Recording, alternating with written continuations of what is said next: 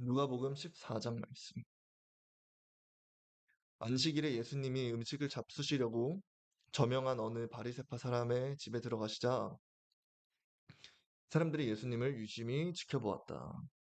그때 예수님 앞에는 몸이 잔뜩 부어오른 수종증 환자 한 사람이 있었다. 예수님이 율법학자들과 바리새파 사람들에게 안식일에 병을 고치는 것이 옳으냐 옳지 않느냐 하고 물어도 입을 여는 사람이 없었다. 그래서 예수님은 그 사람을 붙들고 병을 고쳐서 돌려보내신 다음 그들에게 너희 나귀 아들이나 소가 우물에 빠졌으면 안식일이라고 해서 구해내지 않겠느냐 하고 말씀하셨다. 그러자 그들은 이 말씀에 아무 대답도 못하였다. 계속해서 말씀하시네요. 안식일에 어떠한 규율을 따르는 것보다 의로움, 사랑이 먼저다. 계속해서 하나님의 그 가장 중요한 이 계명 있잖아요. 이웃들을 내 몸과 같이 사랑하라. 라는 그 계명에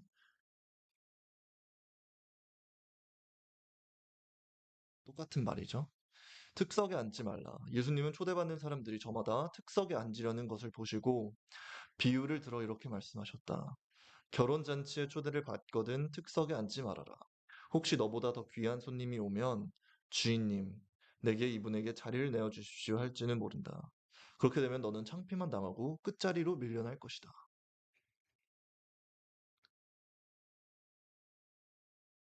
이게 되게 중요한 얘기인 것 같아요. 음, 이것도, 어, 이것도 이웃들을 내 몸과 같이 사랑하라 라는 말과 똑같은 거죠. 내가 특석에 앉고 싶은 만큼 다른 사람들도 똑같이 특석에 앉고 싶을 것이고, 그리고 하나님을 섬기려면 다른 사람들을 다 섬겨야 하기 때문에 특석에 앉고 호화스러운 생활을 하고 막 엄청나게 그 특별한 그런 화려한 곳에 앉는 게 아니라 그냥 모든 사람이랑 똑같이 똑같은 대우를 받고 그런 게 중요하다고 하시는 것 같아요. 제 생각에는. 너는 초대를 받거든 맨 끝자리에 가서 앉아라. 그러면 주인이 와서 좀 더 높은 자리에 가서 앉으십시오가 말할 것이다. 그렇게 되면 내가 모든 손님 앞에서 체면이 설 것이다. 이게 어떻게 보면은 하나님이 말씀하시는 그런 진리인 것 같아요. 항상 제 자신을 낮추고 제 자신을 희생하고 제 자신을 내려놓을수록 어, 그냥 하나님께서 그냥 복을 주신다라는 말같이 들려서 말씀같이 들려서요. 그래서 저는 계속 뭔가 제가 가진 것을 내려놓는 데 있어서 더욱더 기쁘고 그런 거를 어떻게 할까? 이런 생각만 하면은 되게 기분이 좋아져요.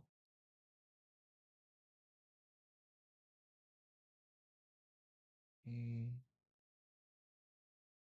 그리고서 예수님은 자기를 초대한 사람에게 말씀하셨다.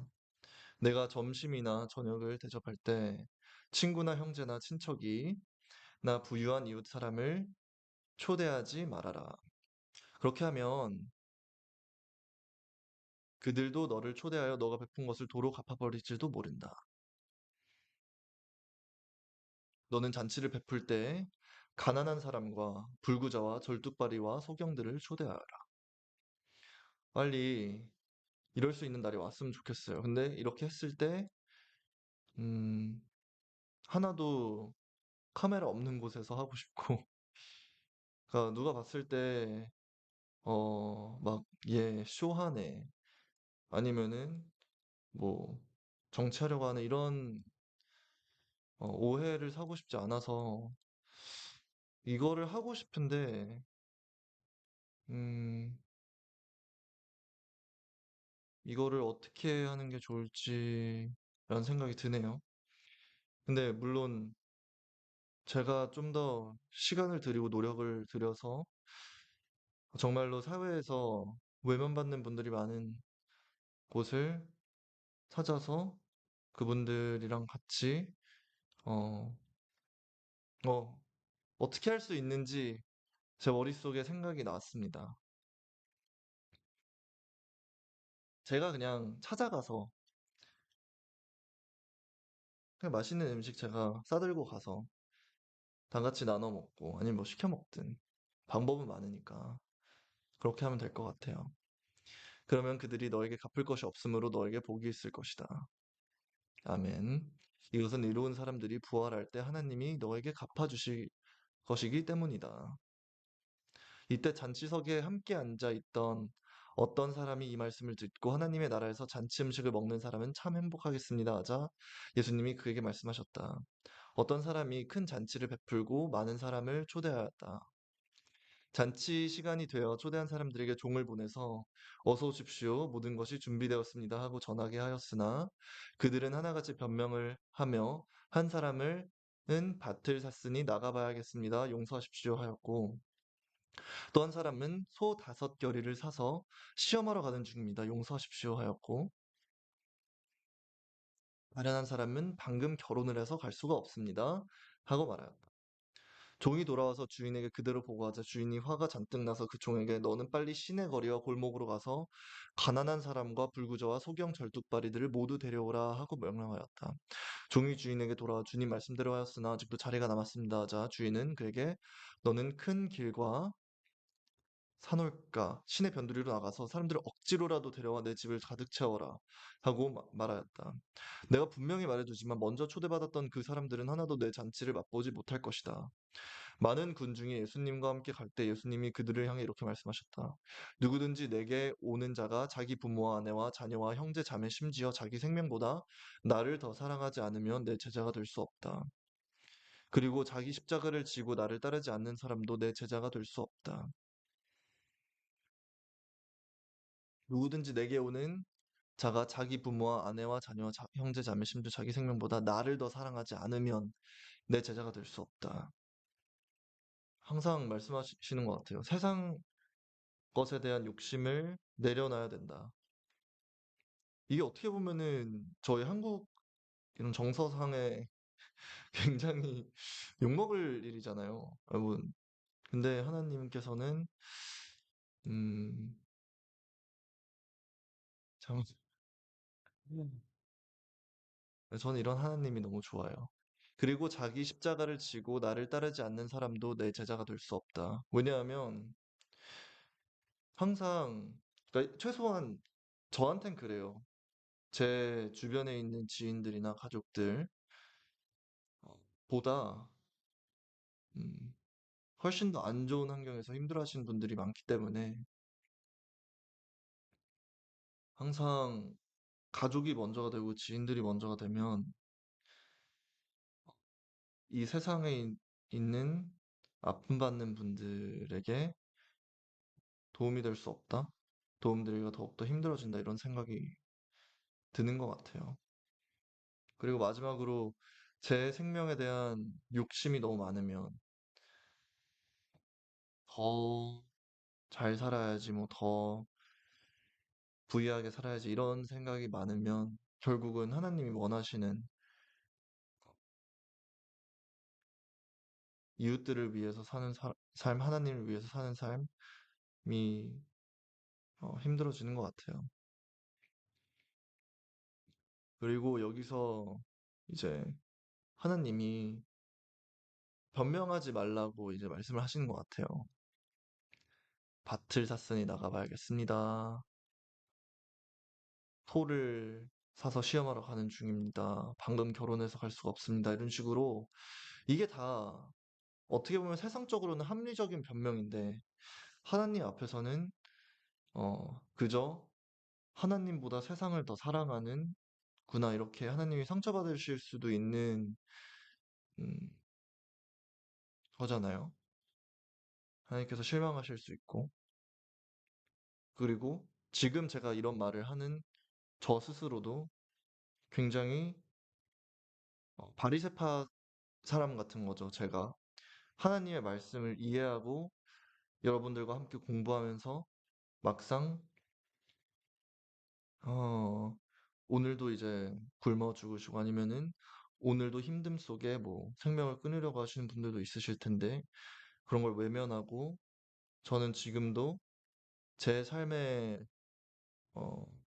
그냥 안락함에 만족을 하면서 이 세상적인 아픔을 외면하고 있으니까, 음,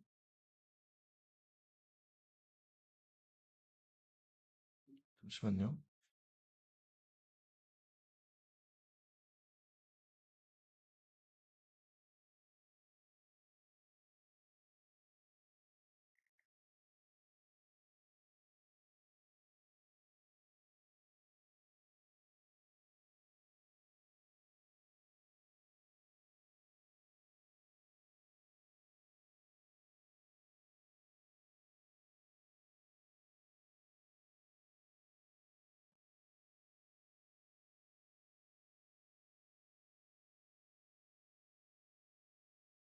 음, 음. 자, 제가 이렇게 읽고 나서 항상 까먹기 때문에 스케줄에 그냥 넣어놨어요. 이번 주에 무조건 어느 시설에 들려가지고 제가 제가 지금 이제 해외에서 생활하다 왔고 지금 한국에 어, 그 CBS 뉴스를 보셨는지 모르겠지만 어느 정도의 자금은 있는데 그게 지금 뭐 그게 한꺼번에 다 계좌이체가 안 되고 또 미국에서 제가 생활하면서 있었던 게 지금 계속해서 그 체이스 은행을 통해서 글로벌 와이어 트랜스퍼를 하려고 하는데 그것도 계속 시간이 오래 걸리더라고요. 막 일주일씩 넘게 걸리고 계속 딜레이가 되고 해가지고. 근데 이것 또한 여기서 하나님이 말씀하시는 변명인 거예요. 소 5결을 사서 시험하는 중입니다. 용서하십시오. 밭을 샀으니까 나가봐야겠습니다. 용서하십시오. 방금 결혼해서 갈 수가 없습니다. 그래도 저는 지금 제가 나눌 것이 있고, 그리고 제 지금 통장에는 제가 이번 달에 먹고, 뭐, 교통비나, 그리고 뭐, 핸드폰비 내는 거 외에 남아있는 게 있기 때문에, 그리고 그거를 통해서 어, 충분히 제가 베풀 수 있는 상황에 있기 때문에, 변명을 그만하고, 저 있는 것부터 계속 써 내려가도록 하겠습니다. 그리고 하나님께서, 어, 말씀을 하듯이, 제가 뭐 어디서 뭘 했는지에 관련된 거는 디테일하게까지는 말씀을 안 드리려고 해요. 왜냐면은 마태복음이랑 여기에 그 봉사를 하거나 헌금을 할 때 그런 거를 뭐 다른 사람들이 다 볼 수 있도록 막 그 자랑하지 말라고. 그러니까 자랑을 하게 되면 사람들이 인정을 해주고 인정을 해주게 되면 어떻게 보면 세상에서의 보상을 이미 받은 거기 때문에 그런 식으로 자랑을 하지 말라고 하세요. 알리고 막 인정받으려고 하지 말고 좋은 일을 할 때는 그냥 몰래 그냥 뒤에서 아무도 모르게 하라고 하시니까 그렇게 하도록 하겠습니다.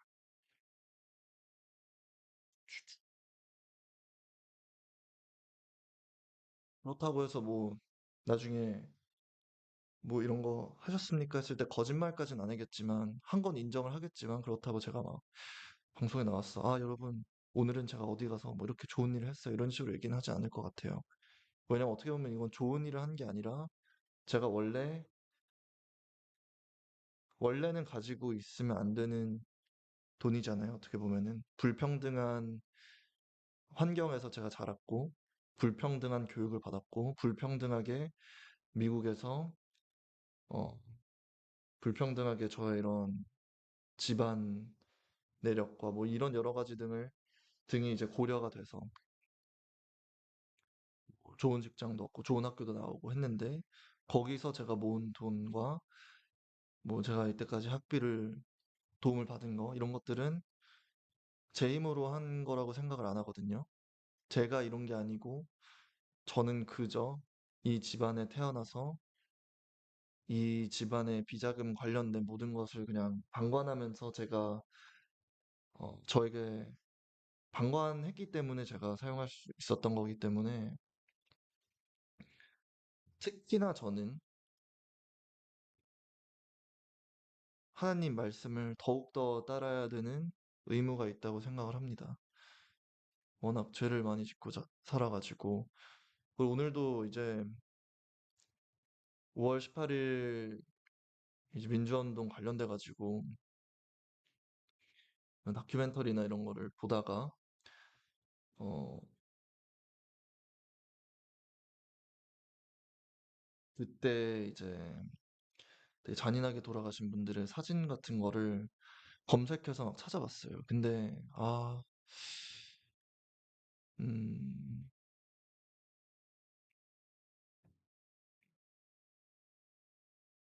그런 거를 보면 볼수록 그런 사진들을 보면 볼수록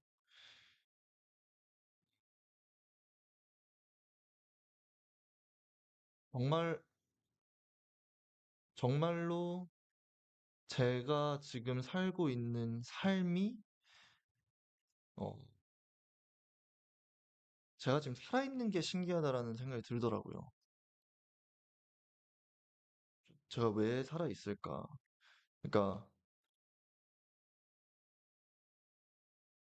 음, 정말 이 시대에 제가 태어났다면 이 구약 시대나 이런 때 태어났다면은 진짜로 그냥 저희 집에서 태어났으면 바로 돌에 맞아서 죽었을 것 같은데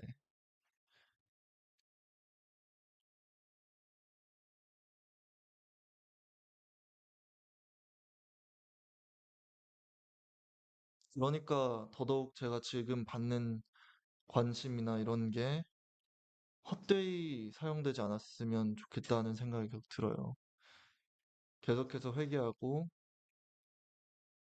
반성하고 제가 항상 하나님의 옳은 길로 의로움의 길을 걸을 수 있기를 하나님께 진짜 진심으로 기도드립니다. 제발 저의 이 추악한 저의 본성, 본성과 이런 어, 육신의 타락함이 하나님의 뜻을 따르고 예수님을 따르는데 제발 방해가 되지 않기를 어, 사탄은 물러가고 정말 예수님과 하나님이 보내주신 천사들이 들의 도움을 받아서 계속해서 의로운 길을 걸어갈 수 있기를 진심으로 기도를 드립니다.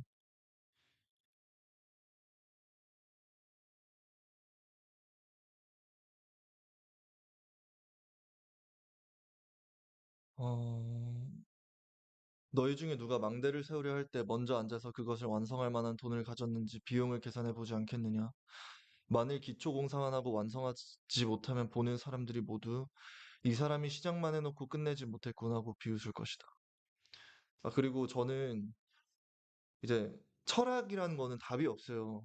답이 없는데 제가 예전에 이제 병원에 있을 때 형이 저한테 어떤 책을 줬어요. 책을 줬는데 거기서 여러 가지 이제 정치적이나 뭐 사회적, 경제적 이런 기본적인 개념만 다룬 책이었어요. 그냥 기본적으로 그냥 어 조금은 이제 공부를 하고 살아라라는 형의 그런 메시지였던 것 같은데 그 책에 이런 철학적인 질문을 던져요. 작가님이. 과연 한 배가 있어요. 배가 있는데 한 10명 정도 탈 수 있는 배예요. 근데 이제 뭐 타이타닉 같이 이제 배가 침몰해가지고 거의 구명 보트에 11명이 타게 됐어요. 11명이 타니까 원래 10명만 타야 되는 배니까 점점 이제 물이 차오르기 시작하는 거예요. 물이 차오르기 시작하고 이제 1시간 후에 1시간 안에 진짜 어느 한 명이 내리지 않으면 10명이 다 죽게 돼요. 그 상황에서 그 상황에서는 어떻게 하는 게 옳은 걸까요? 10명의 생명을 뭐 덧셈으로 더하면 그게 한 명의 생명보다 더 중요하니까 한 명이 과연 죽어도 되는 걸까요? 그 찬 물에 빠뜨려도 되는 걸까요?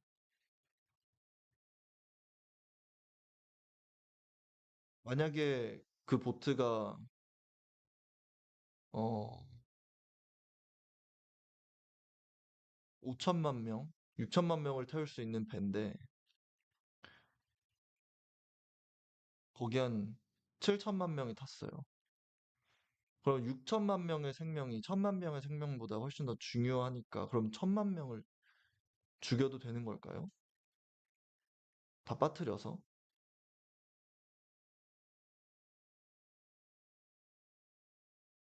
저는 거기에서 생각을 했는데 최소한 저는 그 죽는 사람이 되고 되고 차라리 제가 죽는 사람이 자진돼서 죽지, 어, 제가 살아남으려고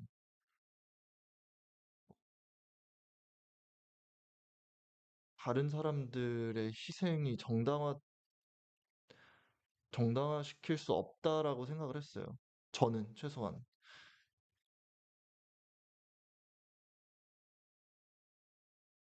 근데 제가 오늘 그 민주화 운동 관련돼서 다큐멘터리를 보는데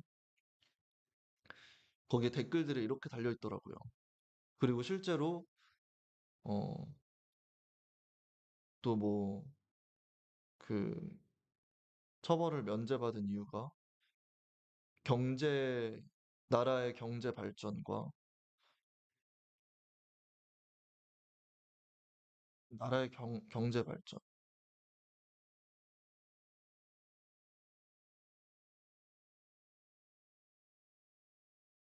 뭐 그때 뭐 그런 일이 있지 않았더라면 뭐 지금의 대한민국이 없었을 것이다 하는데,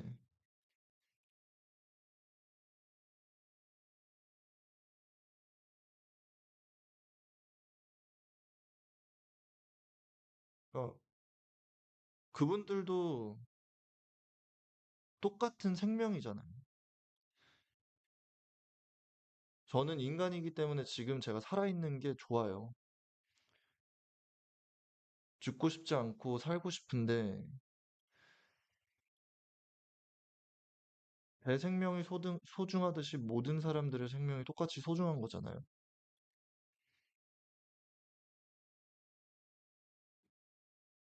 그래서 그냥 그런 댓글들을 보면서 좀,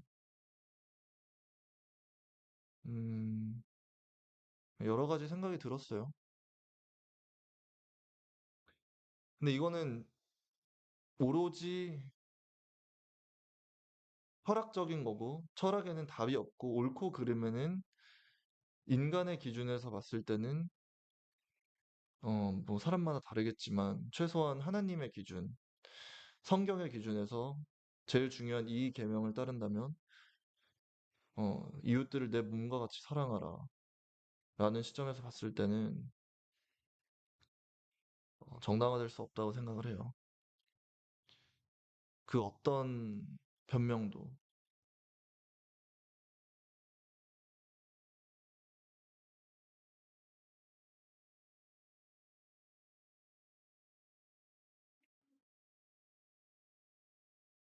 근데 이거는 다시 한번 말씀드리지만 철학적인 거고 모두의 생각이 다르기 때문에, 야, 야, 야.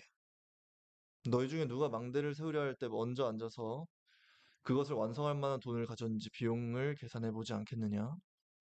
만일 기초공사만 하고 완성하지 못하면 보는 사람들이 모두 이 사람이 시작만 해놓고 끝내지 못했구나 하고 비웃을 것이다. 또 어떤 왕이 다른 왕과 싸우러 갈 때 먼저 앉아 병력 10,000명으로 20,000명을 거느리고 오는 왕과 맞서 싸울 수 있을 것인지 생각해 보지 않겠느냐? 만일 당해낼 수 없으면 적이 아직 멀리 있을 때 사절단을 보내 평화 조약을 제기할 것이다. 이와 같이 너희 중에 누구든지 자기 소유를 다 버리지 않으면 내 제자가 될 수 없다.